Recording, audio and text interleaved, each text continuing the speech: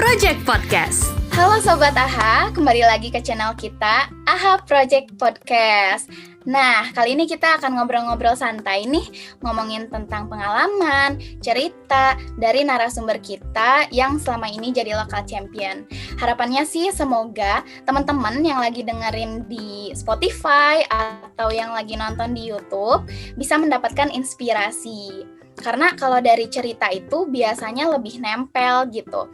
Kalau menurut saya sih ya, kalau misalnya kita ngedengerin langsung dari pengalaman orang-orang itu, pasti ada ilmu, ada hikmah yang bisa kita ambil. Anyway, katanya tak kenal maka tak sayang.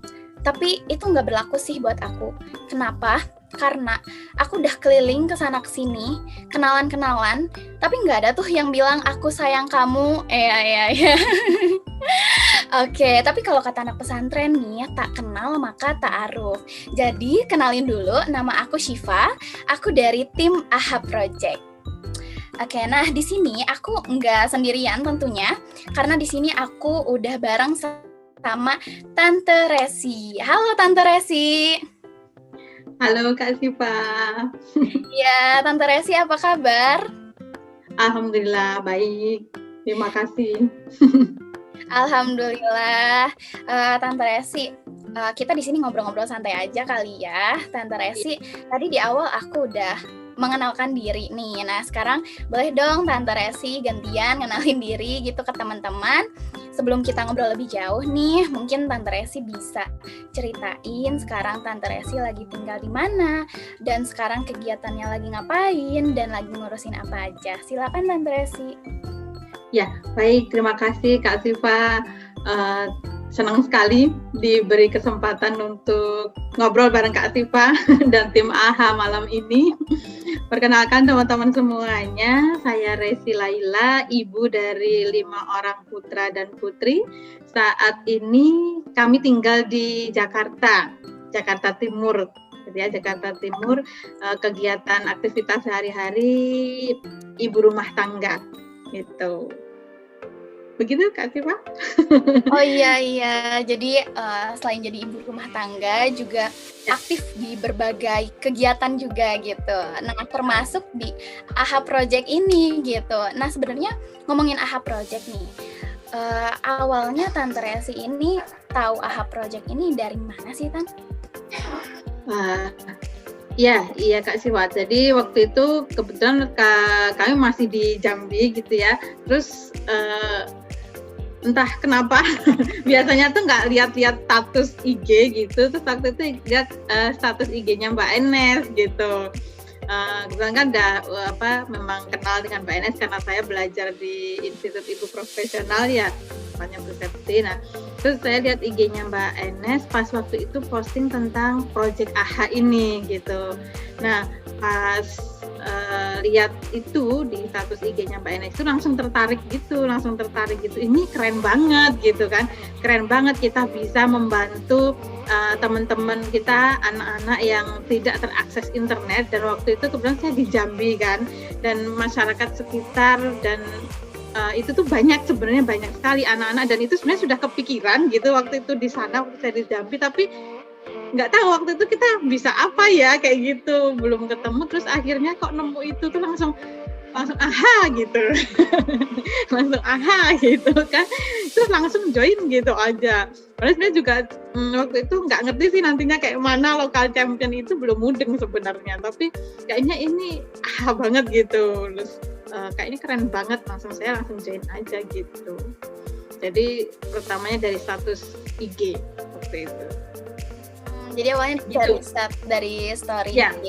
Dan bener ya kan, kalau misalnya dari sosial media itu kita bisa lebih jauh gitu. Dari kan Tante ini dari Jambi gitu kan awalnya waktu lihat itu, tapi kita bisa menjangkau itu yang dari berbagai macam daerah gitu. Jadi wah, keren banget sih ya, sosial media ini bisa kita pakai untuk kebermanfaatan juga.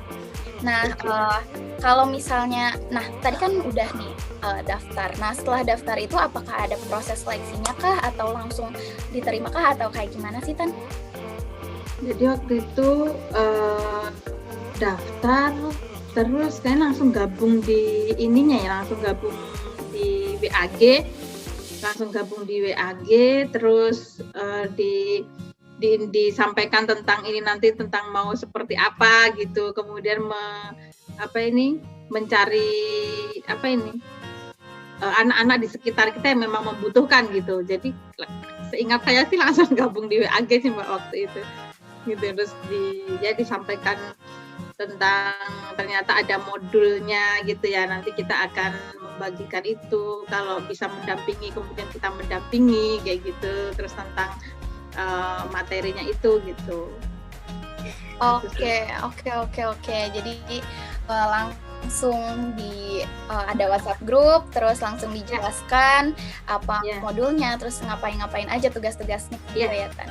Nah, jadi sebenarnya Tante ini yang tertarik banget nih karena apa gitu ke AHA Project, yang bikin Tante benar-benar tertarik gitu, apakah karena modulnya atau karena kenal dengan Mbak Ines atau Mbak Ara gitu atau gimana gitu?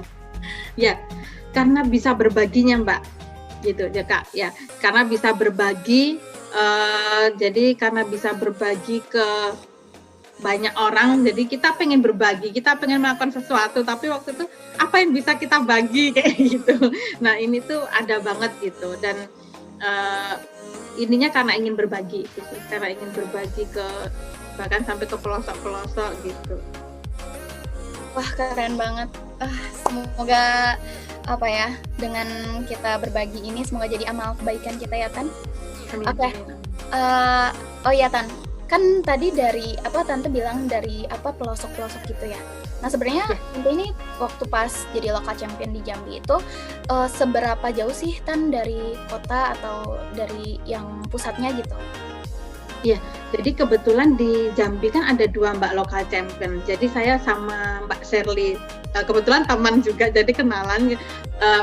Udah kenal gitu maksudnya, udah kenal sebelumnya, dan waktu itu nggak tahu kalau sama-sama masuk lokal champion gitu. Waktu masuk grup, Mbak Shirley gitu, itu sama-sama dari Jambi dan kita seneng banget gitu.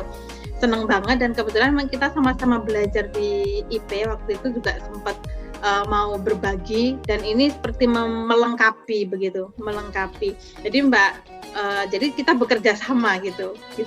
Mbak Shirley ini dia di kehutanan, jadi dia sampai di desa pelosok-pelosok itu, desa air hitam laut ya, waktu 9 jam harus naik kapal, nah terus kemudian naik motor yang jalannya ini pokoknya jauh gitu. Jadi Mbak Shirley ini menceritakan, kemudian kita ini banget untuk ke sana gitu, untuk membantu untuk ke desa-desa tersebut gitu.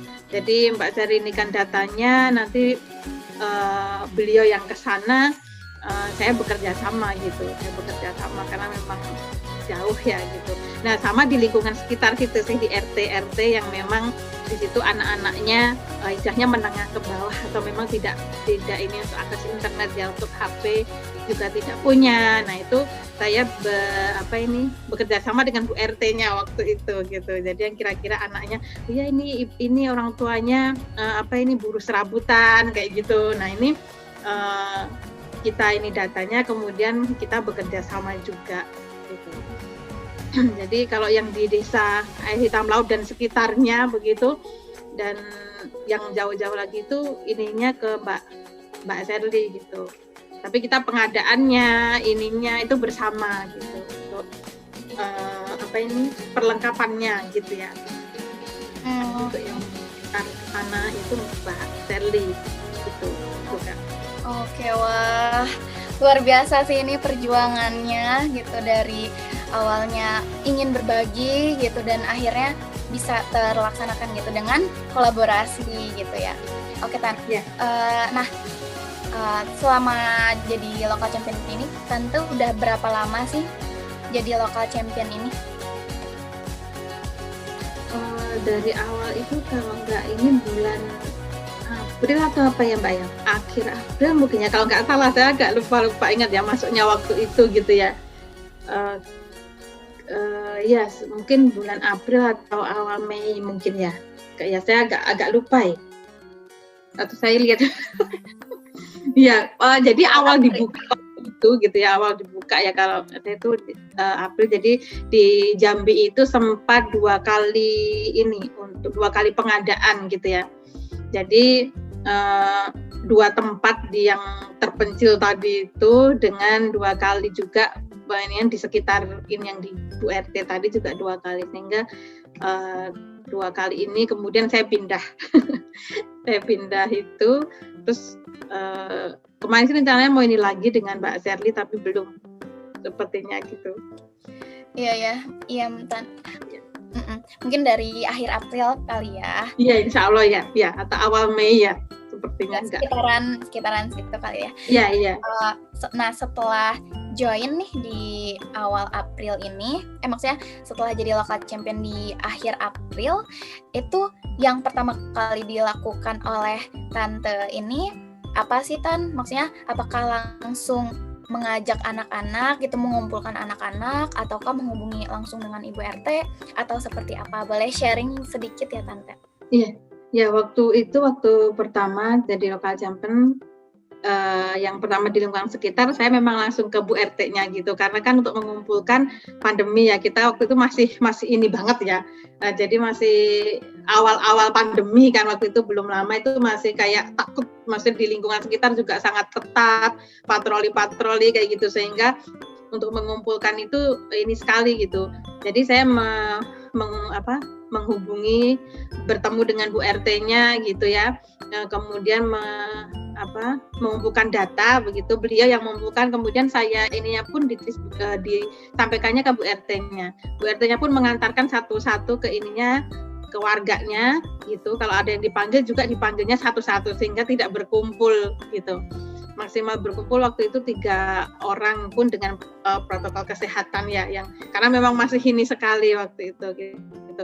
Kemudian yang berkolaborasi dengan Mbak Sherly tadi juga seperti itu. Mbak Sherly kebetulan memang sudah punya datanya ya, sudah punya karena beliau sering ke sana, sehingga kita tinggal menekan jumlahnya, kemudian kapan kita akan distribusi, kemudian bekerja sama dengan guru yang ada di sana, seperti itu. Kurang lebih seperti itu, Kak.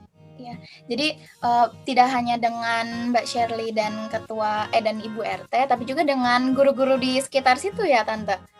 Iya, kalau ini dengan guru yang ada di desa yang terpencil tadi, Kak, gitu. Karena kan kalau dengan guru yang di sekitar RT nggak ada sekolah tatap muka ya, sehingga dengan orang tuanya, Bu RT itu langsung dengan siswa dan orang tuanya gitu. Tapi memang yang ini kan Bu RT-nya langsung, karena kan kita tidak boleh mengumpulkan warga gitu waktu itu gitu. Untuk meninikan warga itu tidak diperbolehkan gitu, sehingga ininya dengan Bu RT-nya itu gitu. Kalau yang dengan guru itu dengan yang di terpencil tadi, kemudian di sana tidak terlalu ini ya, jadi masih bisa mengumpulkan anak-anak di sekolahan, tapi dengan masker, dengan ini, tapi gurunya masih ada di sana. Kalau yang di daerah terpencil tadi, mungkin kalau yang di Jambi kan di kota ya, jadi kayak pengawasannya lebih ketat gitu waktu itu. Oh iya. Jadi dipanggil satu-satu gitu ya anaknya? Iya, dipanggil sama ada yang diantar juga. Oh, diantarin juga. Iya. Rumah anak-anak itu ya? Iya. Oh, jadi satu-satu, benar-benar satu-satu gitu ya, Tante? Benar-benar satu-satu kalau yang di RT ya, tapi kalau yang di pelosok Jambi tadi itu ini ke sekolahan. Oh, di sekolah didistribusikan? Iya, di sekolah, karena memang desanya juga kecil, sekolahannya ya ada di situ juga gitu.